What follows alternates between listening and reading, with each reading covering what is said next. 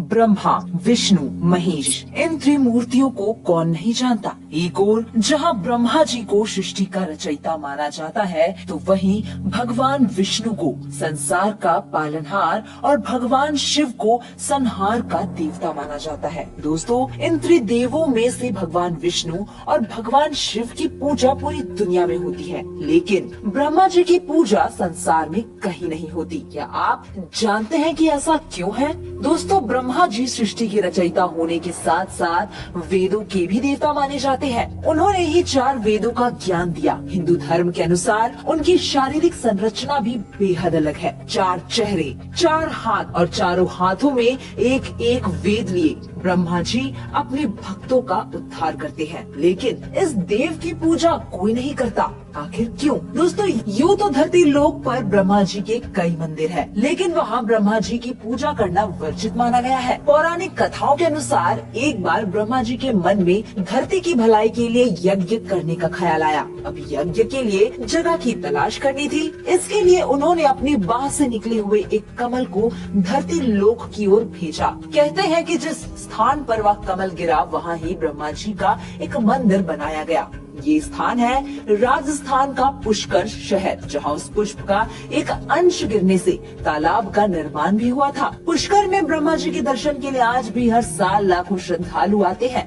हर साल कार्तिक पूर्णिमा पर इस मंदिर के आसपास बड़े स्तर पर मेला लगता है, जिसे पुष्कर मेले के नाम से भी जाना जाता है। लेकिन फिर भी यहाँ कोई भी ब्रह्मा जी की पूजा नहीं करता। दोस्तों, पौराणिक कथाओं के अनुसार यज्ञ करने के लिए ब्रह्मा जी पुष्कर पहुँचे थे, लेकिन उनकी पत्नी सावित्री ठीक समय पर नहीं पहुंची। पूजा का शुभ मुहूर्त बीतता जा रहा था। सभी देवी देवता यज्ञ स्थल पर पहुंच गए, लेकिन सावित्री का कोई अता पता नहीं था। कहते हैं कि जब शुभ मुहूर्त निकलने लगा, तब कोई उपाय न देखकर ब्रह्मा जी ने नंदिनी गाय के मुख से गायत्री को प्रकट किया और उनसे विवाह कर अपना यज्ञ पूरा किया। कहते हैं जब सावित्री यज्ञ स्थल पहुंची, तो वहाँ ब्रह्मा जी के बगल में किसी और स्त्री को बैठे देख वो क्रोधित हो गई। गुस्से में उन्होंने ब्रह्मा जी को शाप दे दिया और कहा कि जाओ, इस पृथ्वी लोक में तुम्हारी कहीं पूजा नहीं होगी। हालांकि बाद में जब उनका गुस्सा शांत हुआ और देवताओं ने उनसे शाप वापस लेने की विनती की, तो उन्होंने कहा कि धरती पर सिर्फ पुष्कर में ही ब्रह्मा जी की पूजा होगी।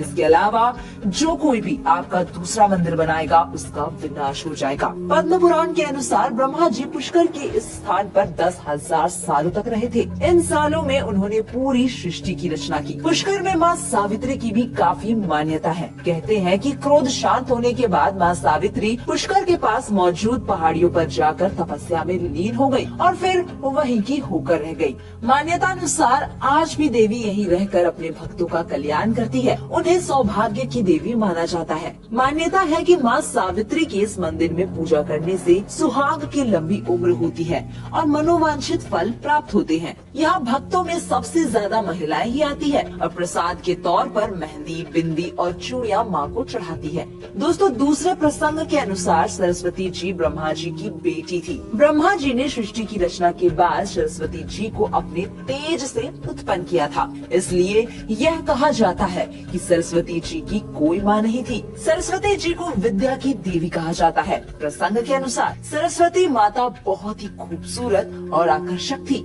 इस कारण स्वयं ब्रह्मा जी भी उनकी ओर आकर्षित हो गए थे और उनके मन में सरस्वती माता से विवाह करने का विचार आ गया। सरस्वती माता ब्रह्मा जी की इच्छा को जान गई थी। वो अपने पिता से विवाह नहीं करना चाहती थी। वह ब्रह्मा जी की नजरों से बचने का प्रयास करने लगी, लेकिन उनके ये सभी प्रयास असफल रहे। अंत में सरस्वती को ब्रह्मा से विवाह करना पड़ा। दोस्तों, ऐसा माना जाता है कि इसकी देवलोक में बहुत आलोचना हुई और यही कारण है कि ब्रह्मा जी की पूजा नहीं की जाती है या फिर उनकी पूजा करना आज भी वर्जित माना जाता है।